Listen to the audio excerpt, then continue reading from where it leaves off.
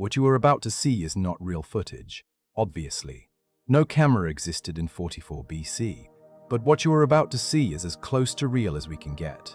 Every building, every face, every shadow in this reconstruction is generated using artificial intelligence, trained on thousands of archaeological findings, ancient texts, and the work of historians who have spent their lives studying this single day. We use AI not to replace history, but to step inside it, to stand where they stood, to see what they saw.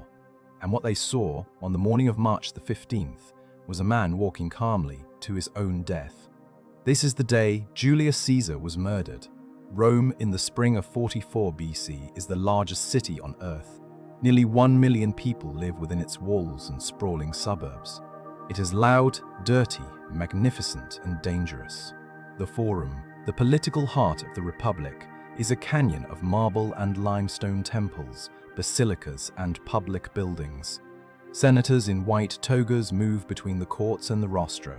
Merchants hawk bread, olives, and dried fish from wooden stalls.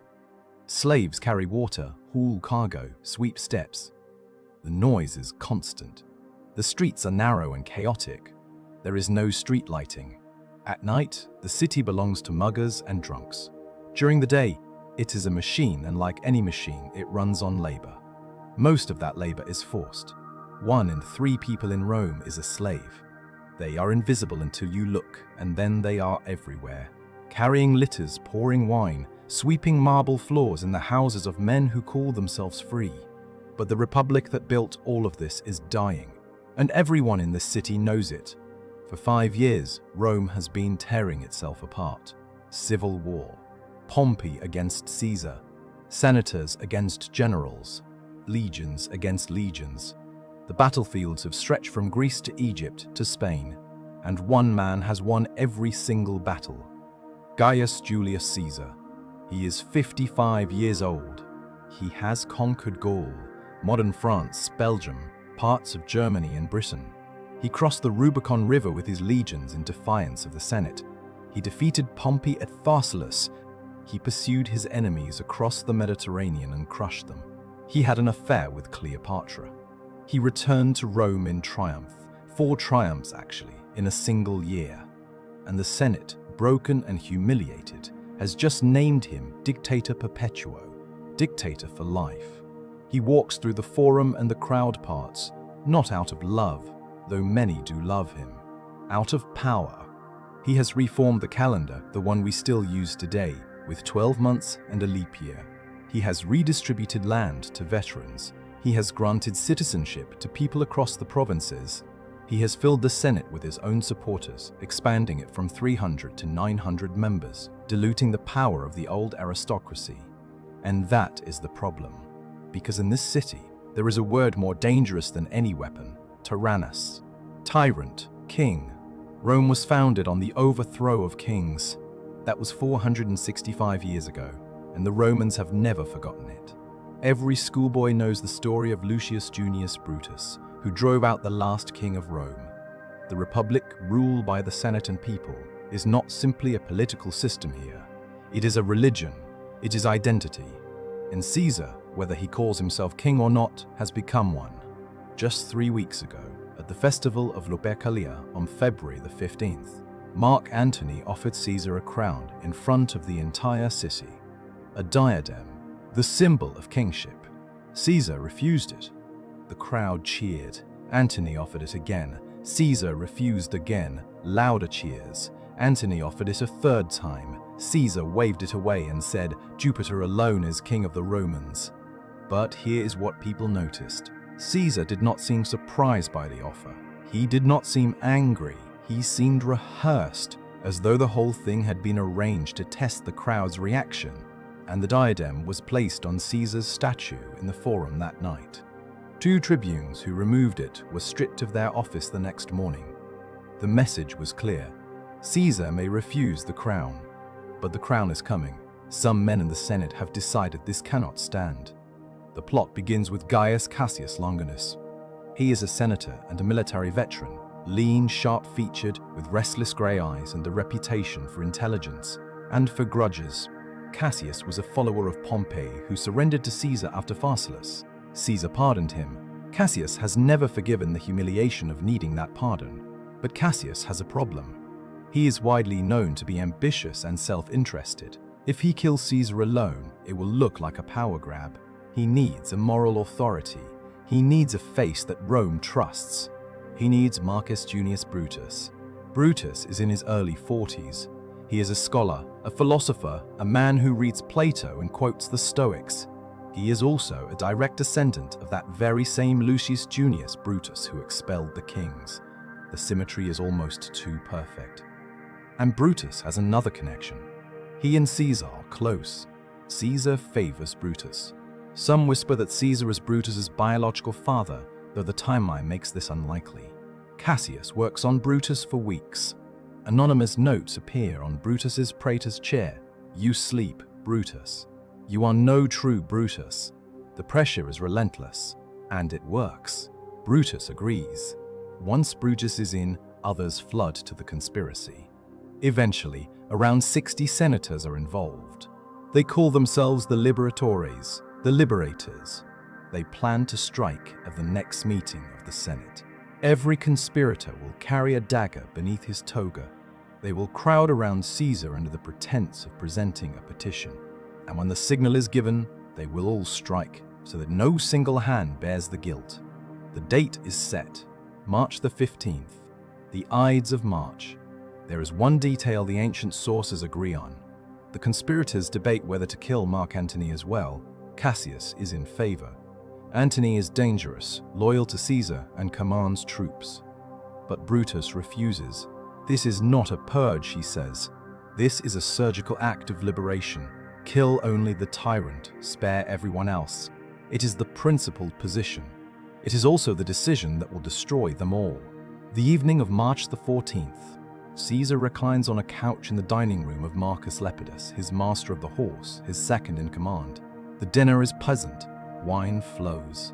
The conversation is easy and free, the way it can only be among men who have survived wars together. And then someone asks a question, perhaps casually, perhaps not. What is the best kind of death? The table quiets.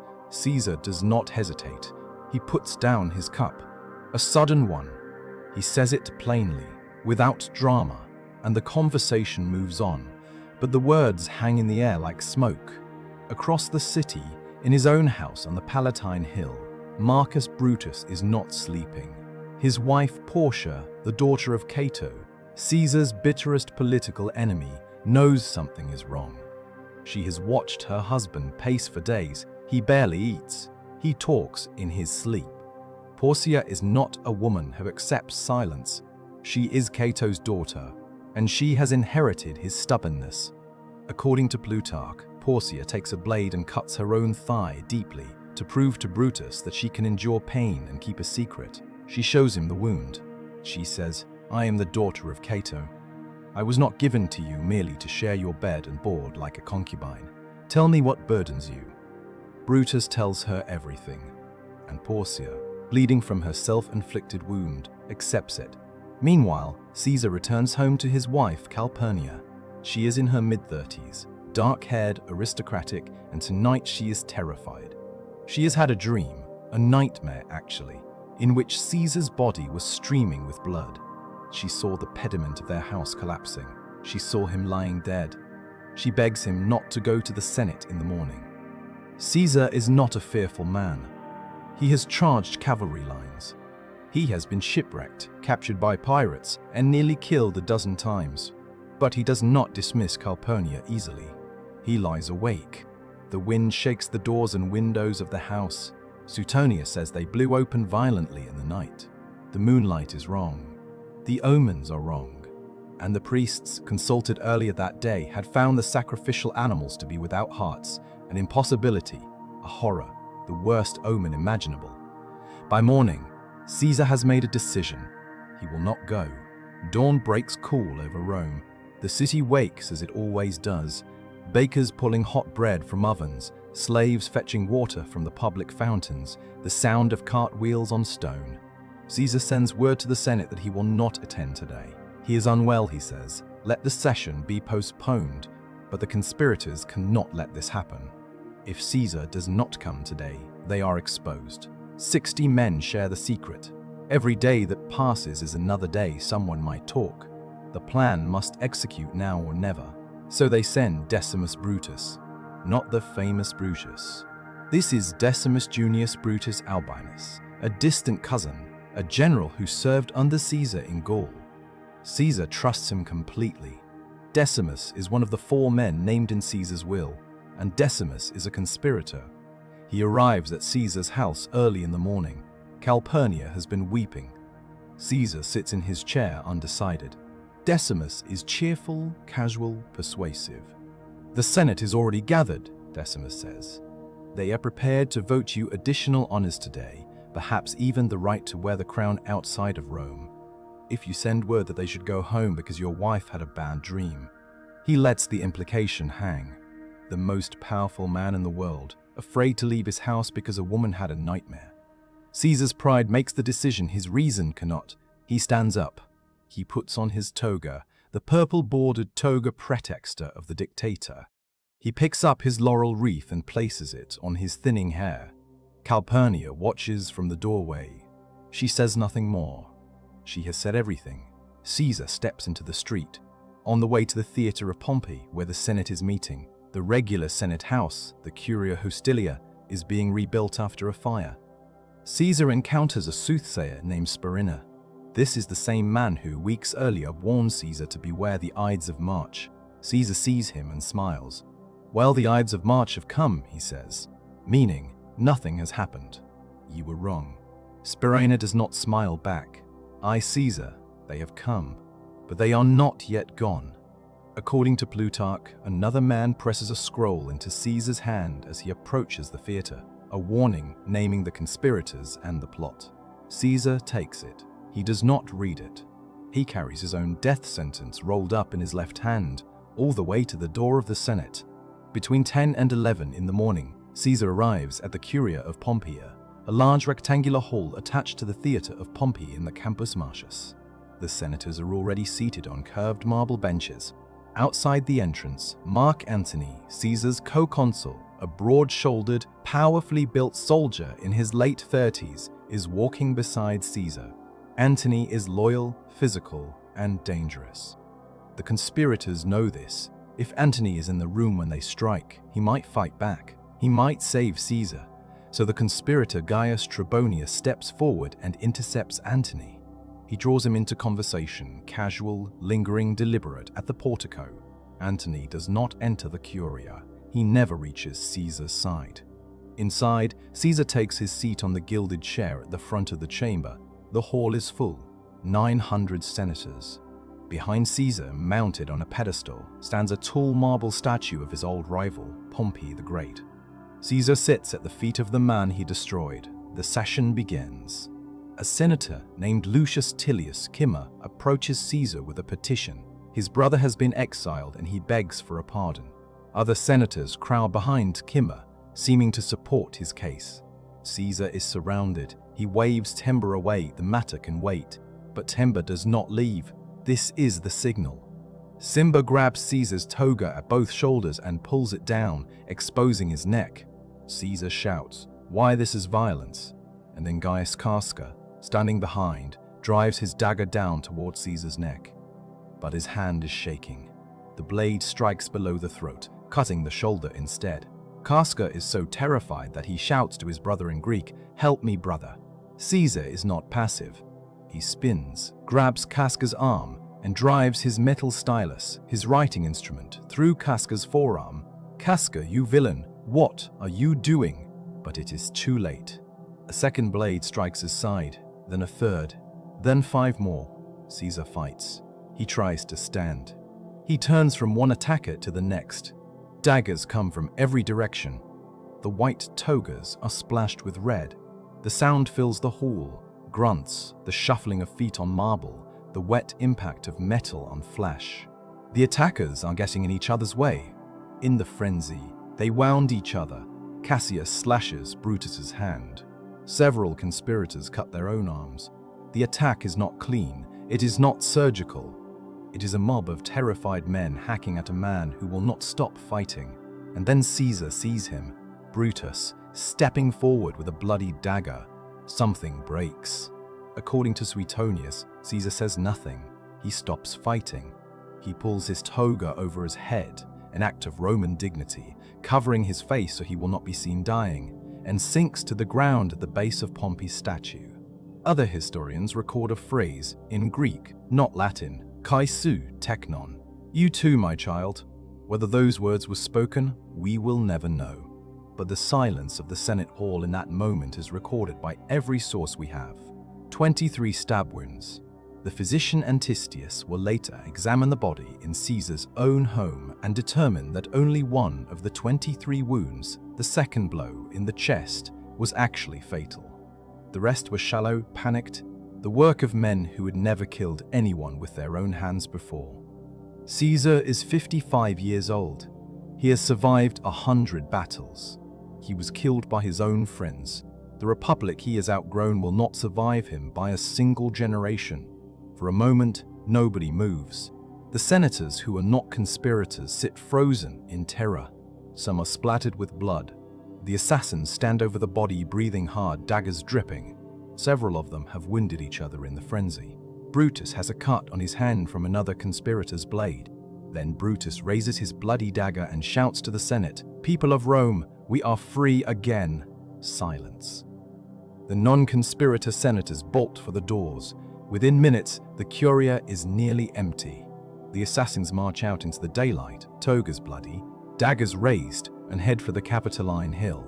They are shouting the name of Cicero, the old Republican orator, trying to lend their act intellectual legitimacy, but the streets are not cheering. The people of Rome, the common citizens whom Caesar had championed, have barricaded themselves in their homes. Shops close, the Forum empties, Rome holds its breath. Caesar's body lies alone on the marble floor of the Curia for 3 hours. 3 hours. The most powerful man in the world, lying in his own blood at the feet of a statue of the man he vanquished, and no one comes. Finally, 3 household slaves arrive with a litter. They lift the body. One arm hangs over the side as they carry him through the silent streets. They take him home to Calpurnia. She knew. She begged him not to go. Meanwhile, Mark Antony, who had been held outside during the murder, flees to his house and barricades himself inside. He disguises himself as a slave, not knowing whether the assassins intend to kill him too. When he learns they do not, he re-emerges, and he begins to plan. 2 days later, Antony secures Caesar's will from the Vestal Virgins. He reads it publicly. Caesar has left every Roman citizen 300 sesterces and his private gardens across the Tiber as a public park. The crowd's mood shifts from fear to fury. On the day of Caesar's funeral, Antony delivers his speech. He holds up Caesar's torn, bloodied toga for the crowd to see. The mob erupts. They seize furniture, benches, anything that burns, and build an improvised funeral pyre right in the Forum. The fire gets out of control. Rioters storm the homes of the conspirators. Brutus and Cassius flee Rome within days. They will never return. The men who murdered Julius Caesar called themselves Liberators. They believed they were saving the Roman Republic from a tyrant. They were educated, principled, and by their own understanding, patriotic. They failed completely. What followed Caesar's assassination was not a restoration of the Republic. It was 17 more years of civil war. First, Antony and Octavian, Caesar's 18-year-old adopted heir, hunted down the conspirators. Brutus and Cassius both died at the Battle of Philippi in 42 BC, Cassius by suicide, Brutus ordering a friend to hold his sword while he ran onto it. It was, by all accounts, exactly as agonizing as it sounds. Then Antony and Octavian turned on each other. Antony allied with Cleopatra in Egypt. Octavian defeated them both at the Battle of Actium in 31 BC. Antony and Cleopatra died in Alexandria, and Octavian, at 27 years old, became the sole ruler of the Roman world. He renamed himself Augustus. He became the first Roman emperor, and the Republic, the system Brutus and Cassius died trying to preserve, was gone forever. This is the ultimate irony of the Ides of March. By killing the dictator, the assassins created the emperor. By trying to prevent one man from having absolute power, They ensured that one man would always have it. Caesar knew this in a way. After his death, a comet appeared in the sky over Rome, visible for 7 days and 7 nights. The Romans called it the divine Julius, a sign that Caesar had become a god. Augustus built a temple to it, and from that moment, every Roman emperor would be called Caesar. The word itself became a title. Kaiser in German, Tsar in Russian. 2,000 years later, the name of a man stabbed to death in a Senate meeting still means ruler. But here is what stays with me. Caesar saw Spurinna that morning. He heard Calpurnia's dream. He held the unread warning scroll in his own hand. He sat in his chair and decided not to go. He was going to stay home. And then Decimus Brutus, a man Caesar loved and trusted, a man he had named in his own will, walked through the door and said the exact words that would make Caesar stand up, put on his toga, and walk to his death. Not through force, not through deception, through pride. Decimus knew exactly what to say because he knew exactly who Caesar was. And Caesar, who had survived wars and storms and conspiracies, could not survive being told he was afraid. The most powerful man in the world was killed by the people closest to him in a building dedicated to the man he had already defeated, on a day he had been warned about because he did not want to be thought weak. 2,000 years have passed, and we are still telling this story, because it is not really about politics or empires or republics. It is about what happens when one person becomes too powerful for the system that created them. And that question, what do you do when one man rises above the law, has never been answered. The Romans tried answering it with daggers. It did not work. It never works. And it always happens again. If this reconstruction brought you closer to that day, if for a few minutes you stood in the forum and smelled the marble dust and heard the crowd go silent, then subscribe. We rebuild the days that changed everything, not to glorify violence, not to simplify the past, but to stand where they stood and understand what they lost. Next time on Atlas the Past Restored, we go further east and further back, to the day the Mongols reached Baghdad, and the day the greatest library on earth was thrown into the river. I'll see you there.